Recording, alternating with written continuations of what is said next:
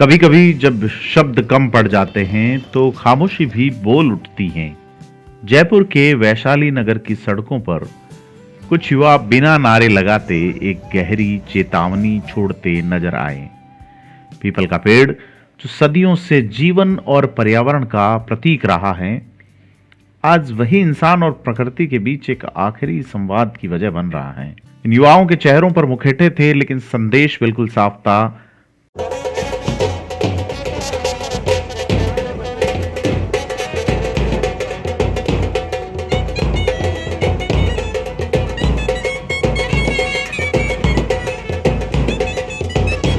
नमस्कार, मैं हूं प्रदीप। आप थिंक 360 देख रहे हैं। इस वक्त मैं वैशाली नगर से गुजर रहा था और यहाँ एक नज़ारा देखा है मैंने।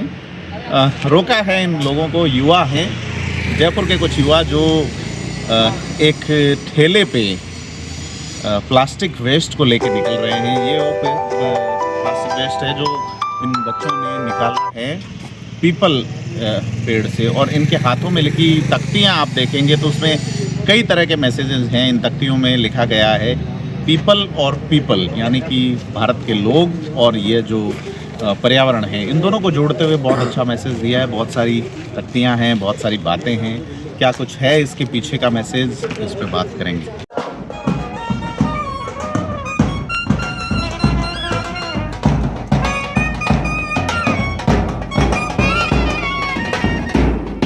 तख्तियों पर लिखे शब्द हमारी सोच पर सवाल कर रहे थे।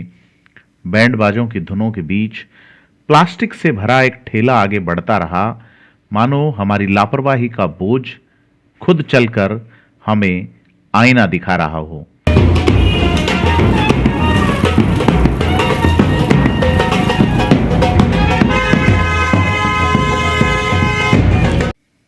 हर कदम के साथ एक सवाल था कि क्या हम विकास के नाम पर अपनी सांसों का सौदा कर चुके हैं।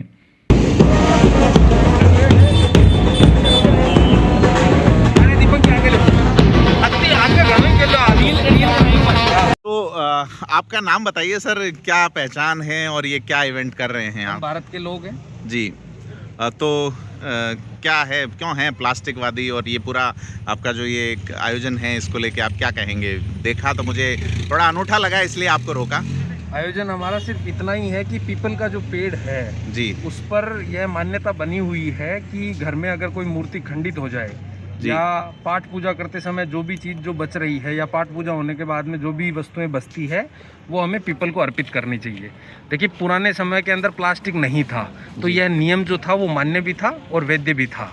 लेकिन उस समय भी यह नियम था कि हमारे घर में अगर कोई मूर्ति अगर खंडित हो गई है तो उसको हम बहते पानी में विसर्जित करें। लेकिन अब सिस्टम ऐसा है, गलती किसी की भी नहीं है।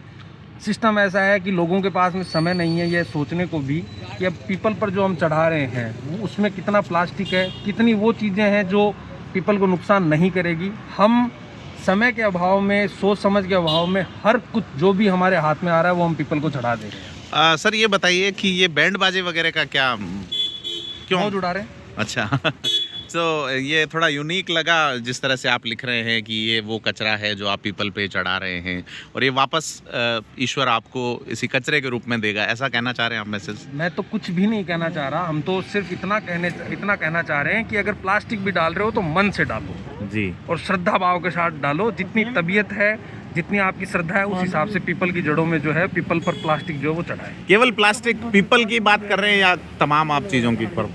अभी तो एक बार पीपल की कर लेते हैं, फिर उसके बाद में जैसे जैसे समय मिलेगा सबकी कर लेंगे। एकदम से हटाना और एकदम से आदर्शवादी होना, देखिए हमने लिखा भी है ना, हम आदर्शवादी नहीं है प्लास्टिकवादी हैं। बिल्कुल। प्लास्टिक को हमारे मुखौटे आप देख लीजिए। हम जो इस कैंपेन में खूब सारा प्लास्टिक हमने भी उपयोग में लिया है, धीरे धीरे इसको हम करेंगे तो शायद हो सकता है पीपलों का हम भला करें। ये कोई प्रदर्शन नहीं था, ये आने वाले कल की एक खामोश चीख थी बचाने का, क्योंकि धरती को नहीं, इंसान को बचाने की जरूरत है।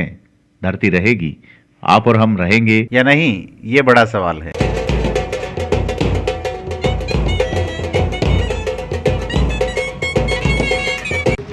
तो आपने जाना कि यह एक अनूठा तरीका, बिना किसी नाम के, बिना किसी पहचान के एक नया मैसेज देने की कोशिश है। आप क्या सोचते हैं, कमेंट करके बताएं।